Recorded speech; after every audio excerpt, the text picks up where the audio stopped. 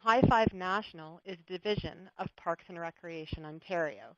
Even though we started in Ontario, but then we branched across the country, and we are now in all provinces and territories across the country. And the reason is because quality does matter. And the reason quality matters is that people are more likely to stay active for life if they have a positive experience in sport, recreation, and physical activity as a child. And again, just some little background on why we are so committed to that positive experience, that the research shows that these 5 principles and these 3 design guidelines are critical in ensuring that positive experience for children. Now today, I really want to speak about the key element of safety. And a lot of times when people think about safety, they just think about it in terms of physical safety. But what we're focusing on today is emotional safety. And we want you to know that ensuring children's mental health is just as important as ensuring their physical health. And what we know is that seeing someone walk in, a child walk in with a broken arm, you see the cast on their arm, and you know immediately what you need to do to amend the program and adjust the activities to deal with that child who's got the cast on their arm.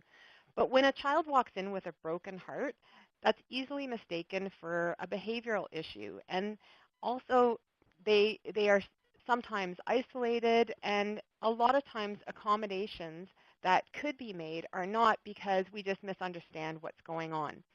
And a lot of times, often because there are young leaders and even experienced coaches are just not equipped to handle the challenges that these children bring with them.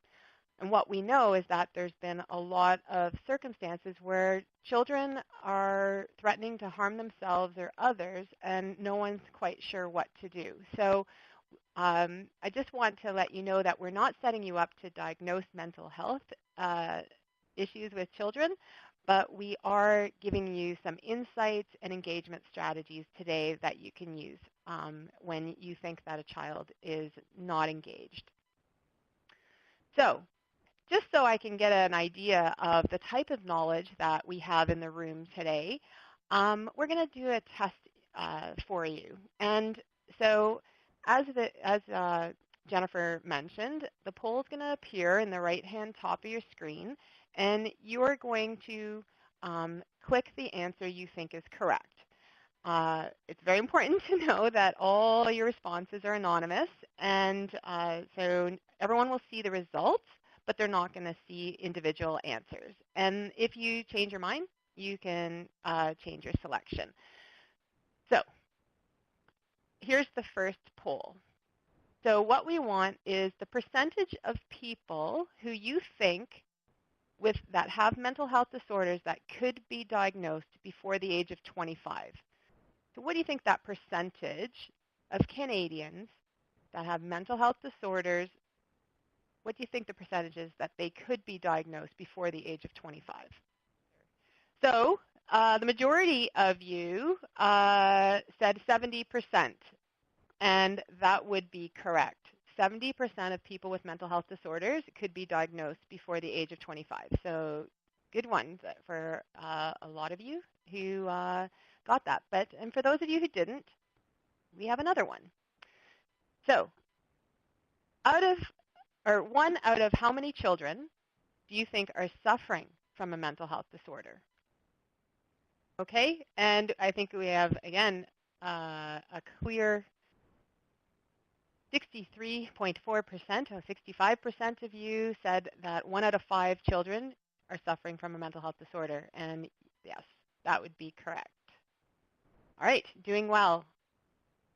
Now, next poll. According to the Organization for Economic Cooperation and Development, the OECD, Canada has what kind of record when compared to other OECD countries in the world when considering children's health and wellness? Do you have the best record, an above average record, an average record, or one of the worst records? How do you think Canada does? Okay, so 66% of you are saying that you think that Canada has an average record. Well, that's actually not true. Canada has one of the poorest records. So the 15% of you who thought that Canada was not doing well in this area are correct. We've rated 21 out of 23 countries in terms of considering children's health and wellness. So an area that we definitely have to improve on. All right, just a couple more polls. So how many children do you think there are in Canada that have mental health disorders but they go undiagnosed and don't receive ready access to appropriate treatment? So do you think there's 100,000, 200,000, 500,000, or 800,000? Okay, so it's closer this time. We have about 57% of you are thinking it's about 500,000, and about 33% think 800,000. And it's actually 800,000. A lot of children are going around with mental health disorders, and they're not diagnosed, and they're not getting appropriate treatment. So last question. How much do you think mental health disability costs Canadians every year? 4 million, 14 million, 4 billion, 14 billion. So 60% of you think it's 14 billion, and you are correct. It is a huge amount of money that is being spent every year dealing with this. So what have we learned? We've learned that there is a need, and the need is great. So what I wanted to now give you a chance to do is, in the chat, drop 3 reasons you think children don't engage. And I will start the process by saying, a child is hungry. So why else would a child not engage in a program that's being run? So you've got a program, an after-school program, you're coaching a program, and there's one child who's not engaging. All right, so we've got lots of examples here. They have low self-esteem, they're tired, they have no confidence, they're abused, they lack social skills, they're scared or afraid, they feel intimidated, they don't have the social or development skills necessary to engage, family problems, fees, social skills, they're being bullied, picked on, they don't have friends, they don't have the parental support, they're not comfortable in the group setting.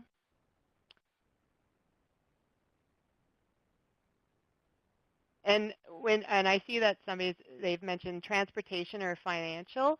We're saying that once they're in the program and they're there, but they're still not engaging in the program. So just to clarify. So once they've got to your program, but the activity is not engaging them, or the leader or coach is not engaging them. So lots of great reasons that you've listed. They're all correct. There's lots and lots of reasons why children don't engage. Today, we're going to focus on 2 critical reasons why children don't engage. It's mental health distress or a mental health disorder. So when we talk about all of these things, I want you to think back to this list that everyone has created, and always think there's lots of reasons that children are not engaging. They could just be having a bad day. And so, I want to stress, don't jump to the assumption that there's a mental health issue right away. All right? Always go back to this list and think about all the many reasons why children aren't engaging before you jump to this conclusion. So what is mental health distress? Well, it could be sadness, anger, or worry. And what we know is that the common mental health disorders, and we're focusing on ages 6 to 12, anxiety, ADHD, and depression are the most common mental health disorders among children. So distress is a normal human emotion, and it's a reaction to sadness or suffering. And it tends to disappear when the situation is relieved or the stressor goes away. A mental health distress can lead to a mental health disorder when the child can't get over a stressful situation, the response is not appropriate, and the problems don't even go away when the stressful situation is resolved. There's no adaptation being made. And a mental health disorder can lead to, we know, our emotional or behavioral challenges and severe symptoms that can occur spontaneously. You might think of it as a meltdown, social or academic struggles, and possibly the need for professional help. So children facing these challenges are a ticking time bomb, and it's critical that we reach them in a positive way. And what we know is that you are critical in helping